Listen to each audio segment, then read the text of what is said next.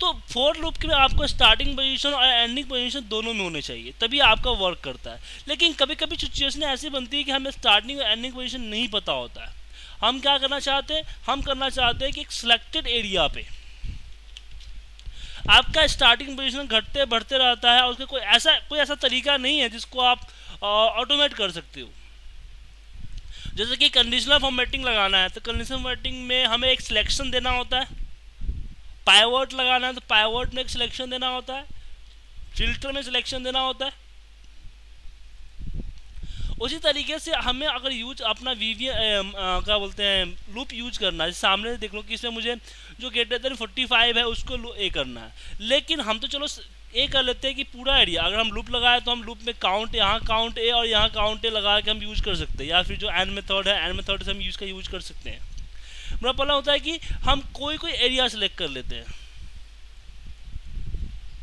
अब मुझे इसके अंदर जो ग्रेटर देन 50 है वो चलाना है, तो यहाँ पे आपका लूप का सेक्शन वर्क नहीं करता है जो अभी तक जो आपने लूप पढ़ा है। तो लूप में एक और पार्ट होता है फॉर लूप में, फॉर ईच। तो चलिए आज आपको मैं फॉर ईच के बारे में बताता हूँ।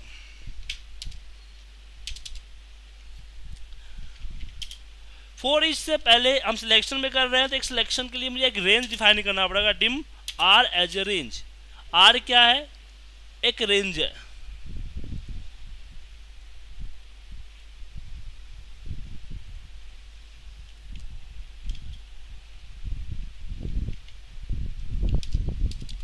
फिर लिखते हैं फॉर एच आर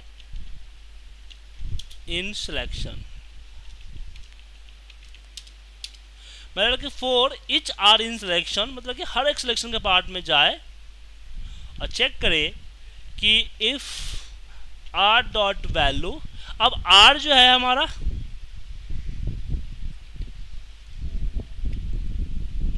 वही है जो कि एक सेल पे होते हैं, आर पे वो सारे ऑपरेटर आएंगे जो कि एक सेल पे आते हैं। R dot value is equal to greater than 50, then r dot font dot color equal to VV red, and if and next r।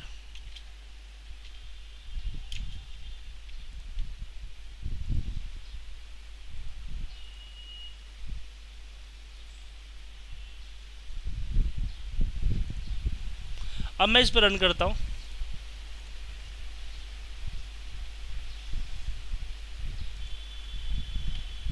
उतने एरिया में चला, बाकी एरिया में नहीं चला। तो ये आपके सिलेक्शन के पार्ट होता है, जिस पे सिलेक्शन पे आप करना चाहते हो उसी सिलेक्शन पे ये वर्क करता है। तो फॉर ईच समझ में आया आप लोगों को। अब चलिए फॉर ईच का एक और एग्जांपल देते हैं ताकि फॉर ईच का आपको महत्व समझ में आ जाएगा। मतलब फॉर ईच बेसिकली यूज कहाँ पे होता है, जहाँ पे आप यूज करना चाहते हो कि आप किसी वर्ड के ऊपर यूज करना चाहते हो, पता कि जहाँ एक सिलेक्टेड एरिया के अंदर यूज करना चाहते हो। अरे कुछ वर्ड लिखा हुआ है, मैं इसको इजीली एमएस वर्ड के अंदर सिलेक्ट करके upper case, lower case, middle case में कन्वर्ट कर सकता हूँ। लेकिन प्रॉब्लम होती है एक्सेल के अंदर में कि एक्सेल के अंदर मैंने कुछ नाम लिखे हैं,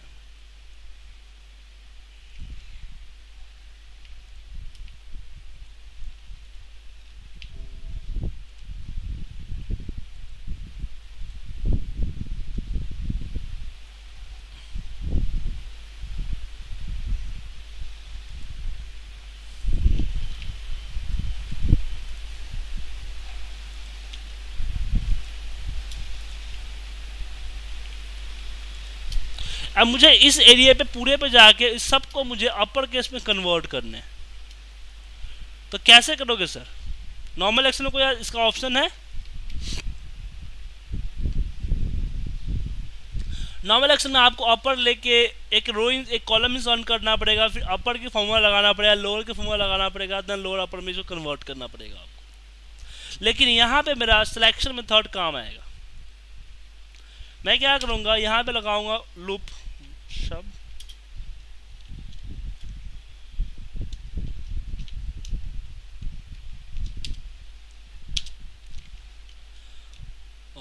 dim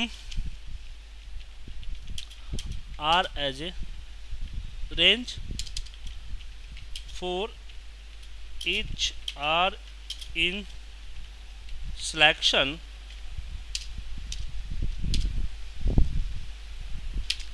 for each r in selection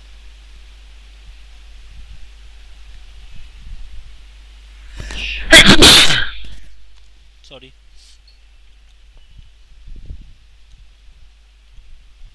उसके बाद लिखेंगे हम कि r dot value equal to हो u केस या l केस, अपर केस के लिए u केस, लोअर केस के लिए l case, r dot value NEH next r। Simple सा हमने लाइन लिखना पड़ा। उसके बाद एरिया हम सिलेक्ट कर लेते हैं और इस मैक्रो को आप रन कर दीजिए। देखा, तो इस सिलेक्शन मेथड का यूज होता है। तो फॉर ईच का मैंने 2 एग्जांपल दिए, 2 एग्जांपल काफ़ी है कि और एग्जांपल दूं मैं आपको?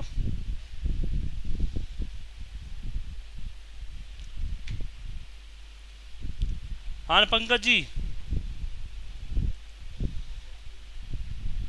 क्या सर?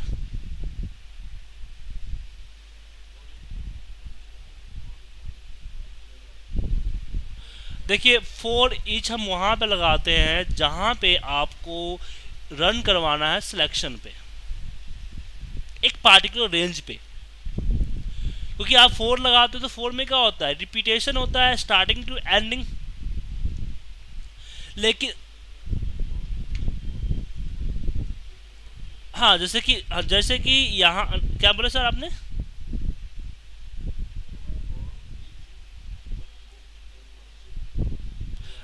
नहीं, फॉर ईच आपको रेंज पे लगता है, यहाँ पे आपको एक रेंज देना पड़ेगा बस। चाहे सिलेक्शन दे दोगे तो यूजर इतना सिलेक्ट करेगा उस पर रन करेगा, या फिर आप यहाँ पे दे दोगे कि रेंज A5 से C15, ठीक है ना सर? यहाँ पे नहीं कर सकते पूरे वर्कबुक में चले जी, नहीं, ये यहाँ पे नहीं यूज होगा, ठीक है?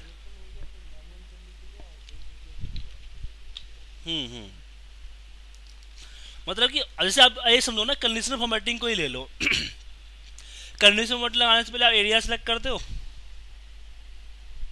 अगर कंडीशनल फॉर्मेटिंग जैसी कुछ चीज बनानी हो तो क्या करोगे, सिलेक्शन पे अप्लाई करोगे ना। कलर अप्लाई करने का, ये जो कलर अप्लाई करने का कोड है वो किस पे अप्लाई होता है? सिलेक्शन पे अप्लाई होता है ना। सिलेक्ट एरिया सेलेक्ट करते हो, देन कलर अप्लाई करते हो, देन बॉर्डर अप्लाई करते हो। तो ये भी जिस मेथड, इसी में सेम मेथड है कि अगर इस तरह कुछ बनाना हो जहाँ पे आपको एरिया स्पेसिफिक पता ना हो कि भाई वो कौन से सीट के, कौन से फाइल के किस एरिया में होगा, आप इतना करना चाहते हो कि user will be selected before the running the macro. Okay, तो उस केस में इसका यूज करते हैं। हाँ, सिलेक्शन इज रिकमेंडेड है।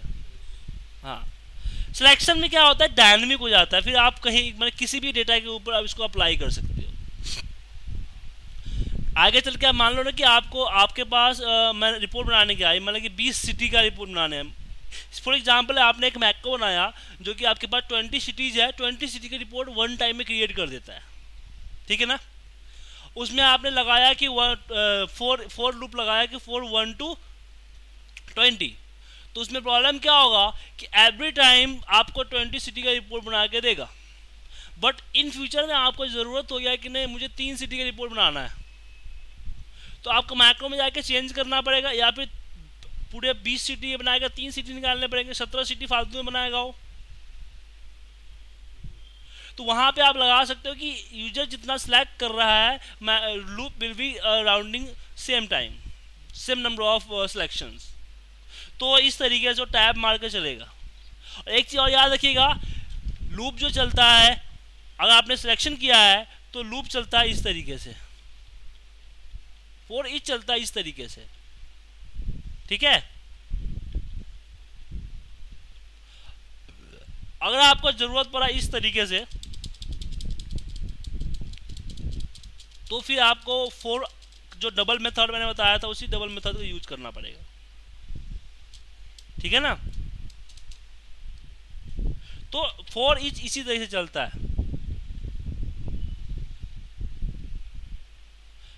जो मैंने आपको प्रोजेक्ट दिया था उस प्रोजेक्ट में फॉर ईच यूज नहीं हो सकता था। ठीक है सर।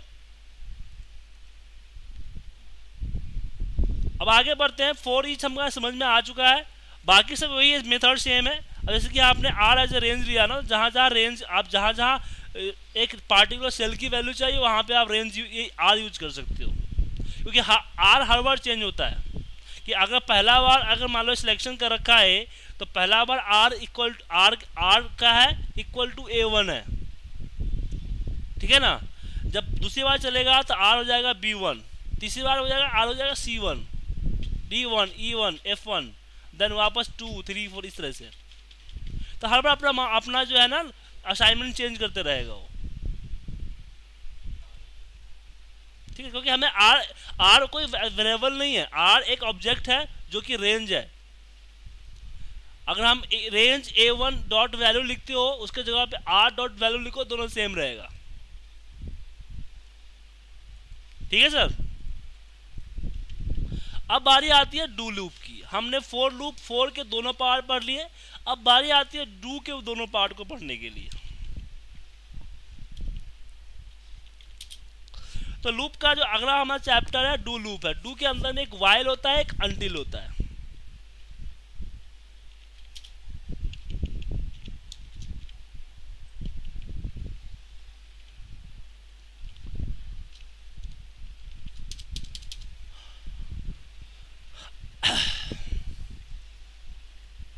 हम इसी चीज को लेते हैं यहाँ पे। मान लीजिए यहीं पे हम एक चीज लिखते हैं, आप डू लूप का देखो, लूप आपका लूप का कंसेप्ट आपने पूरा समझ रखा है तो ज़्यादा बताने की ज़रूरत नहीं है। बस आपको ये पता होना चाहिए कि कंसेप्ट क्या है, कहाँ पे एप्लीकेशन कहाँ करेंगे। तो जैसे कि ये लूप है, अभी फॉर लूप में क्या होता है कि फॉर लूप में आपको स्टार्टिंग और एंडिंग पोजीशन डिक्लेयर करने पड़ते हैं। लेकिन आपको स्टार्टिंग तो पता है कि भाई स्टार्टिंग फर्स्ट से होगा, लेकिन एंडिंग आपको पता नहीं। एंडिंग पे एक कंडीशन है कि इस कंडीशन तक एंडिंग पोजीशन हो सकता है। उस केस में हम डू वाइल लूप लगाते हैं। मैंने किया dim R as a integer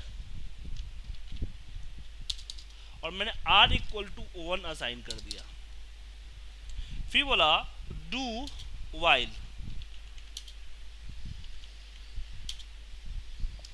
बोला cell r,1 dot value is equal to 0, not equal to 0, माफ कीजिएगा, not equal to 0।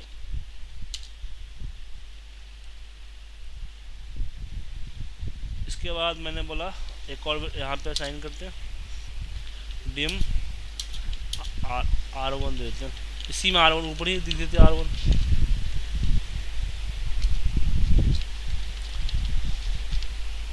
R1 equal to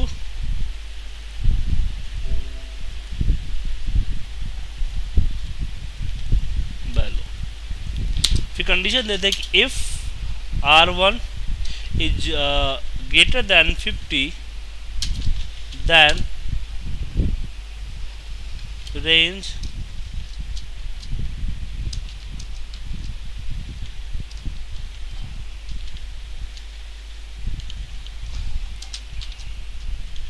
दोनों मेथड यूज कर सकते हो आप।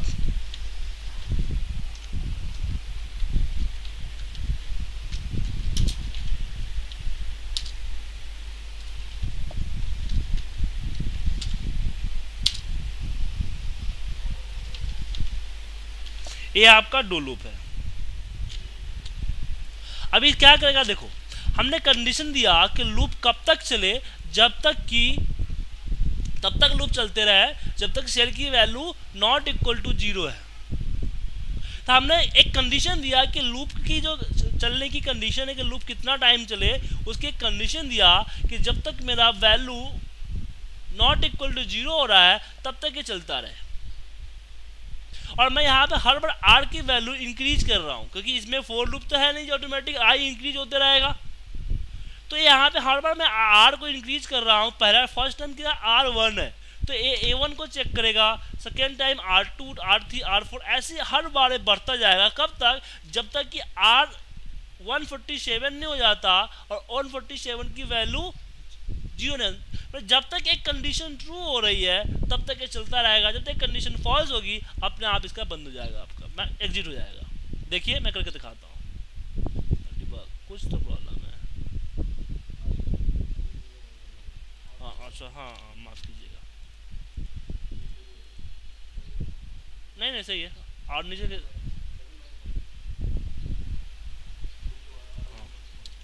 हाँ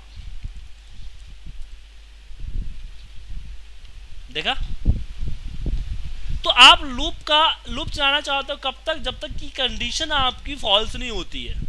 उस केस में हम डू वाइल लूप लेते हैं। लेकिन याद रखिएगा डू वाइल लूप क्या होता है कि फर्स्ट रन करता है, फर्स्ट आपको चेक करता है देन रन करता है। ठीक है, फर्स्ट चेक करेगा देन रन करेगा। लेकिन इसी में एक लूप होता है आपको। क्या हुआ सर? हाँ कुछ भी हो जाए एक बार तो चलेगा ही, एक बार तो चलेगा ही चलेगा। ठीक है, मतलब पहले रन करता है देन चेक करता है। इसलिए हमें यहाँ पे R इक्वल टू 1 असाइन किया गया है। अगर मैं यहाँ पे R इक्वल टू 1 असाइन न करूँ तो यहाँ पे R 0 हो जाएगा, आगे को चलना ही नहीं देगा फिर वो। लेकिन इसी में एक होता है डू अनटिल। डू अनटिल क्या होता है कि पहले चलता है देन चेक करता है। नहीं सर ये आपका पहले एक बार नहीं चलेगा, कम से कम एक बार नहीं चलेगा, वो अलग है। एक कंडीशन जब तक कंडीशन फुलफिल नहीं होती है तब तक वो चलने ही नहीं देगा। अगर माने एक बार भी नहीं चलेगा फिर ये, वो होता है आपका डू अनटिल।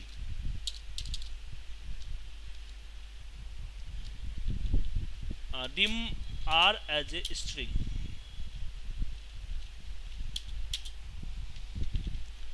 स्ट्रिंग हमने लिखा माफ कीजिएगा, डू अनटिल।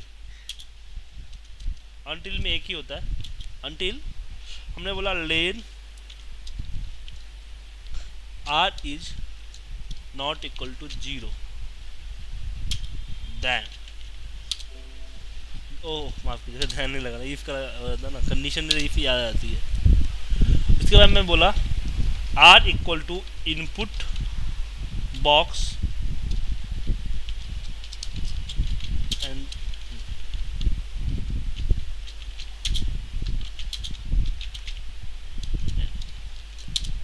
लो। अब एक देखिए ये क्या होगा कि जब इसको रन करेंगे तो जब तक मैं इसके अंदर में कोई नाम नहीं डालूंगा तब तक ये ओके नहीं होगा। जब यहाँ पे नाम डाल दूं देन विल बी ओके। तो इसमें देखिए क्या हुआ कि एक कुछ भी हो जाए एक बार तो रन जरूर करेगा। हमने क्या दिया कि do until len is not equal to 0। R पे जब तक 0 के बराबर 9 वैल्यू तब तक ये चलता रहे। यहाँ पे क्या होता है कंडीशन आपका फुलफिल होता रहेगा तब तक चलता रहेगा। ये क्या होता है सेम ये भी काम करता है कि कंडीशन जब तक फुलफिल नहीं होता है तब तक इसको अपीयर करते रहेगा। जैसे कंडीशन फुलफिल हो गया ऐसे एग्जिट कर देगा। मतलब क्या हुआ, अगर इसकी लेन जो है नॉट इक्वल टू 0 मिल गई तो ये बाहर आ जाएगा। ये क्या था कि जब तक इसकी सेल की वैल्यू मिलती रहेगी नॉट इक्वल टू 0 तब तक ये चलता रहेगा। कंफ्यूजन है थोड़ा सा?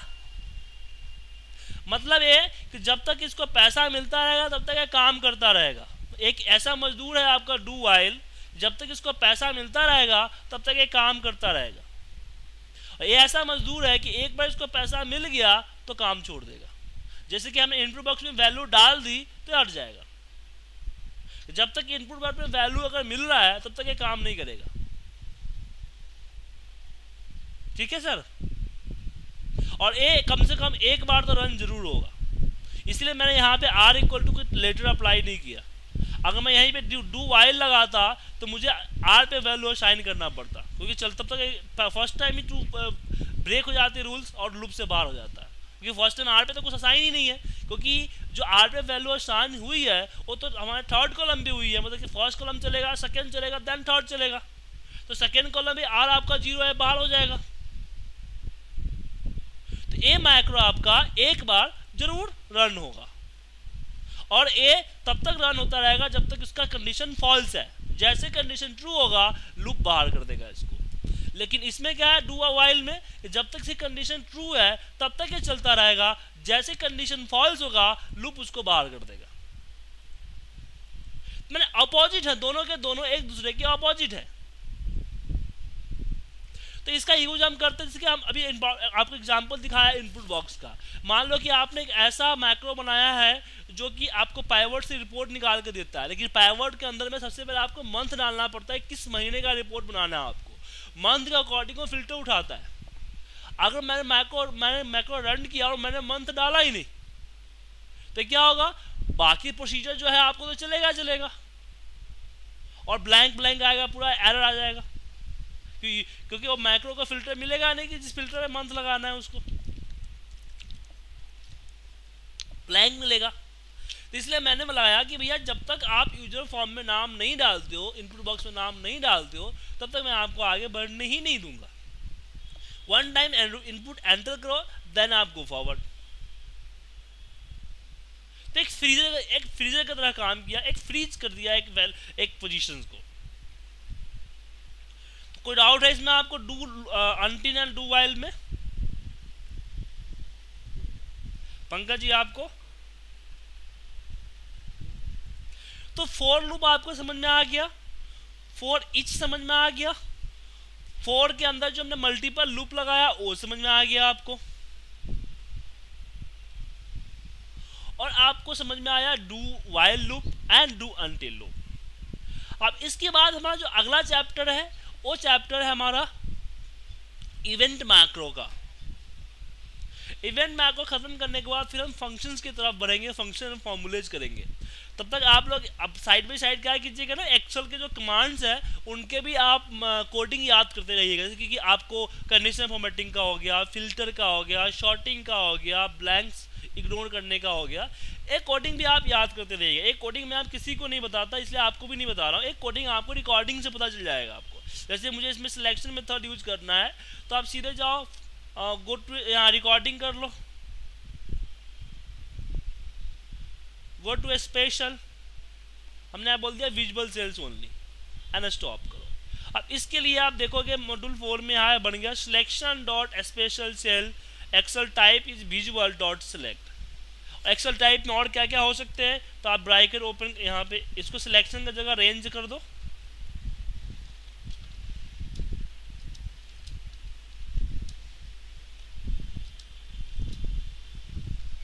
देन इसको आप ब्रैकेट करो, ये आपका आ गया कि आप क्या क्या सिलेक्ट कर सकते हो। जो वहाँ पे दिख रहा था आपको एवरीथिंग यहाँ सिलेक्ट कर सकते हो। तो आप जो है इससे दो फायदे हो जाएंगे। एक तो आपका जो मैक्रो ऑलरेडी आपने जो एक्सेल में पढ़ा है वो चीज़ें आपका एक रिपीट हो जाएगा, और दूसरा उसकी कोडिंग आपको पता चल जाएगी। तो एक चीज़ आप साइड बाय साइड करते रहिएगा। ये मत चीज़ें मैं आपको चीज़ें बताऊंगा, ये मैं चीज़ें किसी को नहीं बताता। क्यों नहीं बताता कि ऑलरेडी आपका एक्सेल के अंदर अवेलेबल है। मैं वो चीज़ें आपको बताता हूँ जो कि एक्सेल के अंदर अवेलेबल नहीं है। आप हेल्प से भी इसको देख सकते हो। हाँ, आपको कोई ऐसी टॉपिक में लगाने नहीं आता, प्रॉब्लम होती है कि सर ये तो मैं रिकॉर्डिंग में कुछ आया तो सही, लेकिन मैं समझ नहीं पाया कि आखिर कैसे वर्क हो रहा है। वो चीज़ को मैं क्लियर कर दूंगा।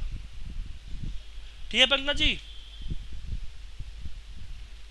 तो मतलब कि साइड बाय साइड हर एक टॉपिक को रिकॉर्डिंग करते जाओ, और रिकॉर्डिंग करके उसकी कोडिंग पढ़ते जाओ। जितने भी होम के अंदर insert, page layout, formula, data, review, view और डेवलपर तक का जो चीज़ें है, ये आप यूजर फॉर्म खत्म होने से पहले तक प्लीज कर लीजिएगा। ठीक है नरेंद्र जी? हाँ, पूरा कर लीजिए सर। अब मैं होम मेनू बार का कोई भी ऑप्शन का आपको मैं कोडिंग नहीं बताऊंगा, ठीक है ना? हम आपको कोडिंग बताएंगे जो कि आपको रिकॉर्डिंग मैक्रो से पॉसिबल नहीं है निकालना। जैसे कि लूप का कंसेप्ट था, लूप का कंसेप्ट आपको रिकॉर्डिंग मैक्रो नहीं देता, इफ कंडीशन रिकॉर्डिंग मैक्रो नहीं देता, डेटा वेरिएबल्स रिकॉर्डिंग मैक्रो आपको नहीं देता। फंक्शंस आपको रिकॉर्डिंग मैक्रो नहीं देगा, इवेंट मैक्रो आपको रिकॉर्डिंग मैक्रो नहीं देगा। तो ऐसे कंसेप्ट आपको मैं बच्चों को बताता हूँ। बाकी तो आप रिकॉर्डिंग मैक्रो निकाल, आप अलॉन्ग में सीख ही गए हो। अब अभी जो आपको मैंने बताया इसमें क्या दिक्कत है, रेंज आपको पता है कि स्पेशल सेल्स है, सिंपल सी बात है। आपने स्पेशल सेल्स मतलब कि जब आपने गो टू किया तो आपने स्पेशल सेलेक्ट किया था, इसलिए स्पेशल सेल आएगा है। स्पेशल सेल में आपको क्या टाइप करना है, तो आपने विजुअल सेल्स ओनली टाइप किया था। यहाँ पे आप देख ही रहे हो कि एक्सेल सेल टाइप विजुअल आ रहा है डॉट सेलेक्ट, और सिलेक्शन मेथड क्या करती है, सिर्फ सिलेक्ट करती है, इसलिए सिलेक्ट आया है। इसलिए पेस्ट स्पेशल से लेके आपको पेस्ट से पिक्चर, पेस्ट से link, formatting, data valuations, everything पे आप इसकी रिकॉर्डिंग प्लीज़ इसकी रिकॉर्ड करके इसकी कोड को अपने एक हो सके तो अपने नोटबुक में लिख लीजिए, एक नोटबुक बना के, क्योंकि इस पे मैं आपको नहीं बताऊंगा, मैं आपको क्लियर बोल दूंगा, नहीं बता रहा हूँ।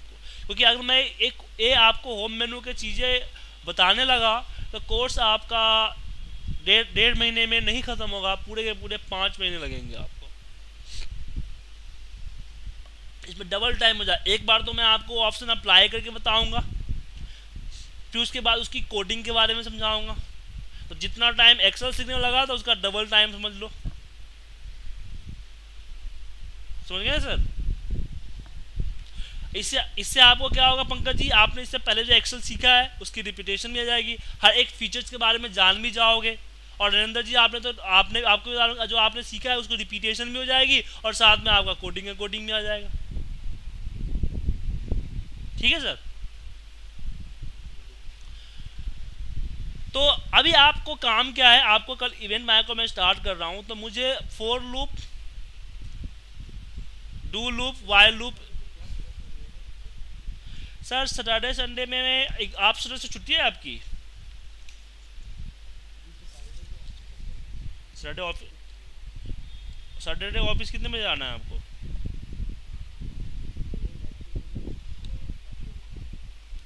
नरेंद्र जी आपकी तो 11 बजे आप लोग मिल सकते हो, 11 o'clock। क्या? अच्छा मैच है? नहीं एक्चुअली 11 से 12 का भी एक बैच है जिसमें ये पंकज जी कर रहे थे, वो बैच भी आप ही के साथ चल रहा है ना। तो मैंने सोचा कि मैं उनसे बात करके आप दोनों को इकट्ठा कर पढ़ा दूंगा।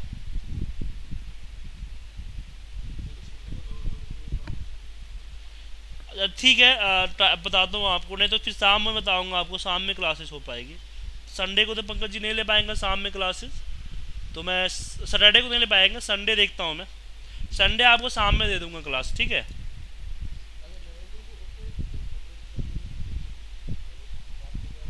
हाँ एक दिन आप लोग, तब तक आप जो आपके मेनू बार्स है ना, एक काम करते हैं ना, इस सैटरडे संडे क्लास नहीं करते हैं, नेक्स्ट सैटरडे संडे आपको मैं 2-2 घंटे की क्लास दूंगा। इस सैटरडे संडे आप लोग क्या कीजिए ना कि मेनू बार का जितने भी ऑप्शंस है ना, सबकी कोडिंग आप लोग बना लीजिए। एमएस वर्ड पे आप लोग में हम आप लोगों को प्रोजेक्ट दे रहा हूँ, ठीक है सर?